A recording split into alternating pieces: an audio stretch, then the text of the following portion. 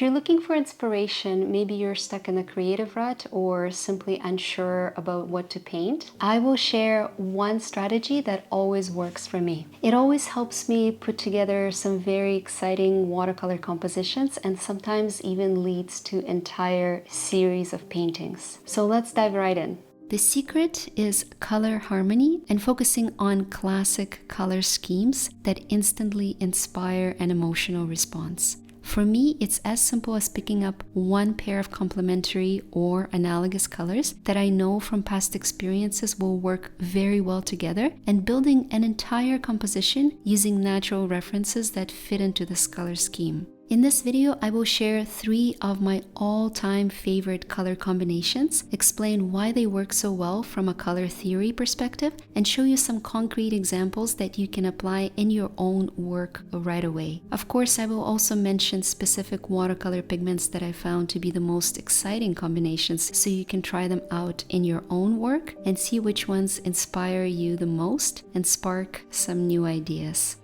First, I'm going to show you a classic red and blue pairing that I keep coming back to every time I need that extra spark of inspiration. Like all complementary colors, red and blue are located opposite each other on the color wheel, so when placed side by side, they create a very strong visual contrast and enhance each other's intensity. The warm, vibrant nature of red complements the cool and calming qualities of blue, always resulting in a visually balanced composition. Red is often associated with passion, energy, and intensity, while blue is associated with calmness, serenity, and stability. When used together, they can evoke a wide range of emotions, from excitement to warmth to tranquility and depth, adding that necessary level of complexity and interest to our artwork. My favorite pairing is blue birds with red flowers or red leaves, and you can always find so many good references that will fit this combination. I will leave my favorite sources of royalty-free images in the video description below. Don't forget that you can try different pigments to see which particular shade of red and blue will draw your attention the most.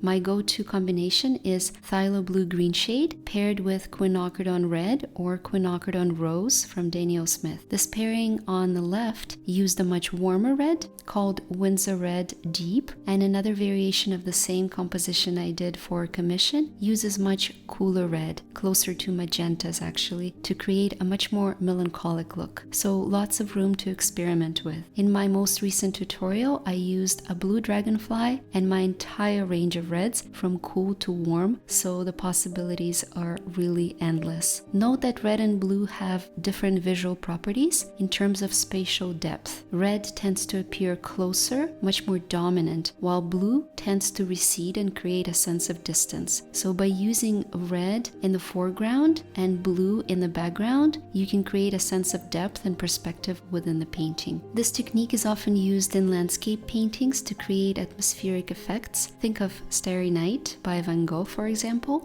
where warm red tones are used for objects in the foreground and cooler blues are used for distant elements like mountains or skies. I don't paint a lot of landscapes, but I do play around with different proportions of red and blue in my work. And so, for example, this watercolor I painted last summer goes against this principle of spatial depth, and the red poppies really overwhelm the blue butterfly. Not exactly balanced, but it was very exciting and interesting to work with and experiment just to see what happens.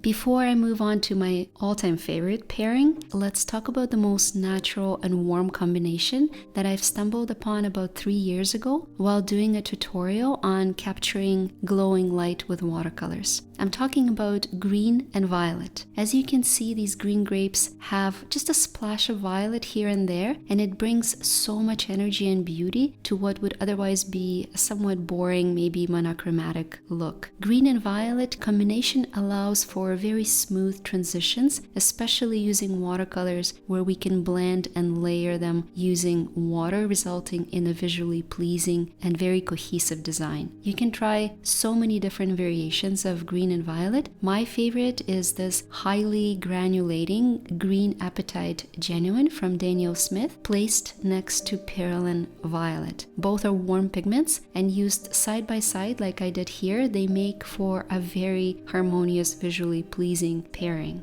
If it looks too warm, you can always add a splash of turquoise or blue in the background like I did in this composition, and you can find a real-time tutorial for this and many other paintings I show here on my Patreon channel in real time with black and white outlines and reference photos. Now it's time to share my favorite combination of all time, which is sort of a variation of red and blue classic, but much more enticing for me. I'm talking about magenta and purple. Purple, of course, being a mix of red and blue, the classic combo we just talked about. And I find that magenta, which is located right next to purple on a color wheel, creates a perfect complement that is the most beautiful thing for me to look at and work with.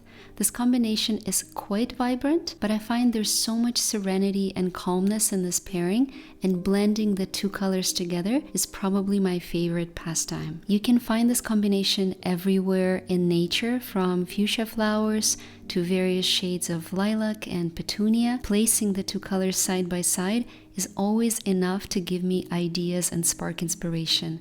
Sometimes I add the two colors in the background just for fun because I like the look. I'm not suggesting that this is the right way to paint, but what I'm saying is our brains are wired to detect and appreciate patterns and color harmonies in our environment.